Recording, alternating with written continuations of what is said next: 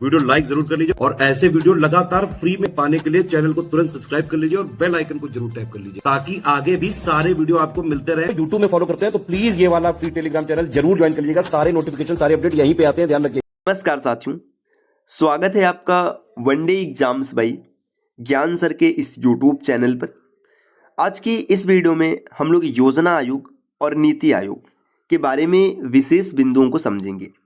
अक्सर प्रतियोगी परीक्षाओं में प्रश्न पूछे जाते हैं और साथियों के कमेंट भी बने रहते हैं कि इन दोनों में प्रमुख अंतर क्या होता है। तो शुरू करते हैं आज के इस इंटरेस्टिंग क्लास को।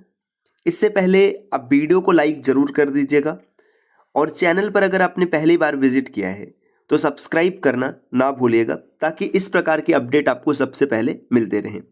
क्लास स्टार्ट करें इससे पहले आपको बता दें साथियों कि यूपी पुलिस कांस्टेबल इसका एग्ज़ाम 8, 9 और 10 जून को प्रस्तावित है।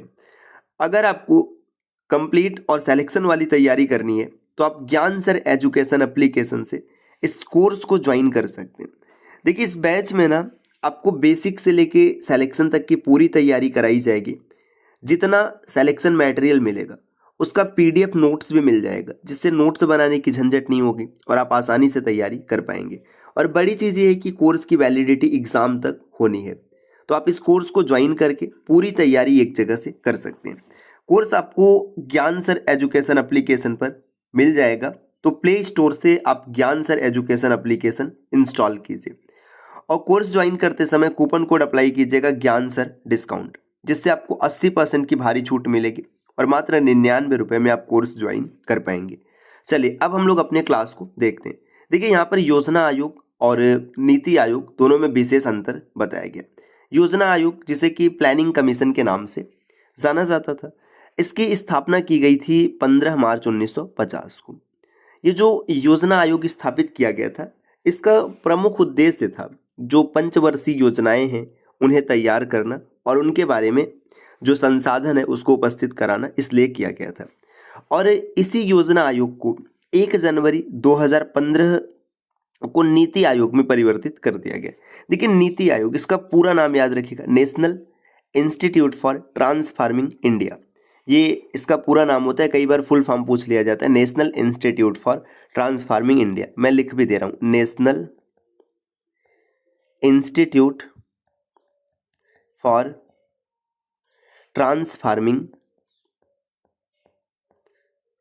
इंडिया, ये इसका फुल फॉर्म होता है, आपको नाम याद रहना चाहिए।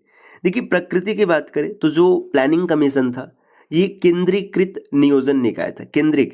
केंद्रीकृत का मतलब यह है कि ये चीज़ों को सेंटर में लाने का प्रयास करेगा। यह टॉप डाउन, ऊपर से नीचे की ओर के दृष्टिकोण का पालन करता था। टॉप डाउन का मतलब ऊपर से देखना शुरू करता और धीरे धीरे नीचे जाता, जिसमें योजनाएं केंद्र द्वारा बनाई जाती थी और राज्यों पर लागू की जाती थी। देखिए, इसमें क्या होता है कि जो योजना होता था ये केंद्र सरकार मतलब टॉप से बनता और धीरे धीरे राज्य की ओर आता, जबकि नीति आयोग क्या थिंक टैंक मतलब सलाहकार निकाय की तरह है, या बॉटम अप मतलब नीचे से ऊपर की ओर की दृष्टिकोण पर जोर देता है। मतलब इसमें राज्यों का रोल ज़्यादा होगा, राज्यों की सक्रिय भागीदारी होती है। देखिए, जबकि जो योजना आयोग था इसमें ऐसा नहीं था, केंद्र नियम बनाता, राज्य मानता, लेकिन यहाँ पर उल्टा है। कार्य या भूमिका की बात करें तो योजना आयोग का जो कार्य होता था, पंचवर्षीय योजनाएं तैयार करना, संसाधन का आवंटन करना और विभिन्न मंत्रालयों व राज्यों को धन का वितरण करना। देखिए, जो पंचवर्षीय योजनाएं होती थी ये योजना आयोग के द्वारा तैयार होता था। संसाधन का आवंटन किस प्रकार से किया जाना है इस पर ये नज़र रखते थे और विभिन्न मंत्रालय और जो राज्य उनको धन प्रदान करते थे। और नीति आयोग का कार्य क्या है? केंद्र और राज्य सरकार को रणनीतिक और तकनीकी सलाह प्रदान करना, दीर्घकालिक नीतियों और कार्यक्रमों को विकास करने में या विकसित करने में मदद करना। अब यहाँ पर नेक्स्ट दिया गया है धन आवंटन की शक्ति। देखिए, इसमें राज्य और मंत्रालयों को धन आवंटित करने का अधिकार था। इसने योजनाओं को लागू करने के लिए वित्तीय शक्ति का प्रयोग किया, है ना। तो इसमें इसके पास अधिकार था। और वर्तमान में देखें तो जो नीति आयोग है, धन आवंटन की इसके पास कोई भी अधिकारिता नहीं है। पूरी तरीके से अब जो धन आवंटित करने का अधिकारिता है यह वित्त मंत्रालय के पास है, जबकि प्लानिंग कमीशन के पास ये अधिकार था, वो धन आवंटित कर सकता था। वर्तमान समय में वित्त आयोग के पास है, नीति आयोग के पास नहीं है। नीति आयोग एक परामर्शदात्री निकाय के रूप में कार्य करता है। परामर्शदात्री का मतलब ये सलाह देने का कार्य करेगा, परामर्श देने का कार्य करेगा। राज्यों की भूमिका की बात करें तो प्लानिंग कमीशन में राज्यों की भूमिका सीमित थी। मुख्य रूप से राष्ट्रीय विकास परिषद एनडीसी की बैठकों और वार्षिक समीक्षा या जो वार्षिक योजना बैठकों तक राज्यों की योजनाओं को मानने के लिए बाध्य किया जाता था। तो जब एनडीसी की बैठक होती थी तो इसमें योजनाओं को मानने के लिए राज्य को बाध्य किया जाता था। जबकि इसमें देखेंगे जो प्लानिंग कमीशन है, राज्यों को नीति निर्माण और कार्यान्वयन में अधिक महत्वपूर्ण भूमिका निभाने की उम्मीद है। यह सहकारी संघवाद कोऑपरेटिव फेडरलिज्म को बढ़ावा देता है। और आगे बढ़े, देखिए सदस्य की बात करें, सदस्य कौन कौन होते थे तो इसमें पूर्णकालिक सदस्य में देखिए एक सदस्य सचिव उपाध्यक्ष होते थे।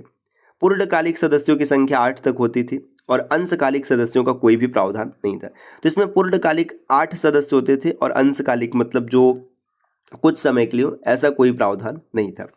इसमें पूर्णकालिक सदस्य, अंशकालिक सदस्य, पदेन सदस्य, उपाध्यक्ष और मुख्य कार्यकारी अधिकारी सीईओ होते हैं। अंशकालिक सदस्यों का भी प्रावधान है।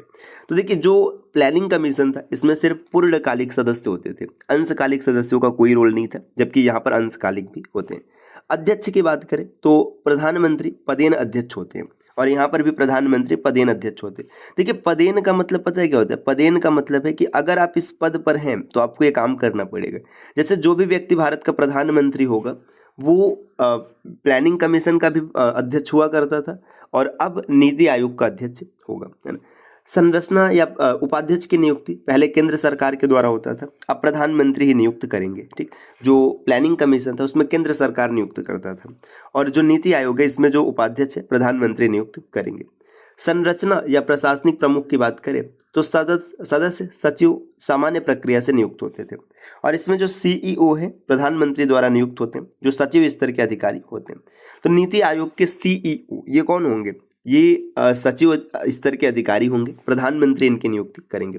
प्रमुख पहल की बात करें तो पंचवर्षीय योजनाएं विभिन्न क्षेत्रीय और विकासात्मक कार्यक्रम को ये आगे बढ़ाते हैं। इसमें 15 वर्षीय विजन डॉक्यूमेंट्स है, 7 वर्षीय रणनीति और कार्य योजना है, विभिन्न सूचकांक जैसे एसडीजी मतलब सस्टेनेबल डेवलपमेंट गोल जो है, इंडिया इंडेक्स हो गया, स्वास्थ्य सूचकांक हो गया, इन सबको जारी करना होता है। तो उम्मीद है कि साथियों आपने प्लानिंग कमीशन और नीति आयोग दोनों के बारे में अच्छे से चीज़ें समझ लिया होगा। जितना एग्जाम में पूछा जाता है उतना आप अच्छे से क्लियर कर पाए होंगे। तो ऐसे वीडियोज को लगातार देखने के लिए आप चैनल को सब्सक्राइब कर सकते हैं और अगर आपने यूपी पुलिस कांस्टेबल को टारगेट किया हुआ है तो ये बैच आपके लिए सबसे बेहतरीन बैच हो सकता है, आपके सिलेक्शन में महत्वपूर्ण रोल प्ले कर सकते हैं। तो इस बैच को आप ज्वाइन कर सकते हैं। आपको कुछ नहीं करना है, सिंपली प्ले स्टोर से ज्ञान सर एजुकेशन एप्लीकेशन इंस्टॉल करना है और कोर्स ज्वाइन करते समय कूपन कोड अप्लाई कीजिएगा ज्ञान सर डिस्काउंट। आपको 80% की छूट भी मिल जाएगी और मात्र 99 रुपये में आप कंप्लीट बैच ज्वाइन कर पाएंगे।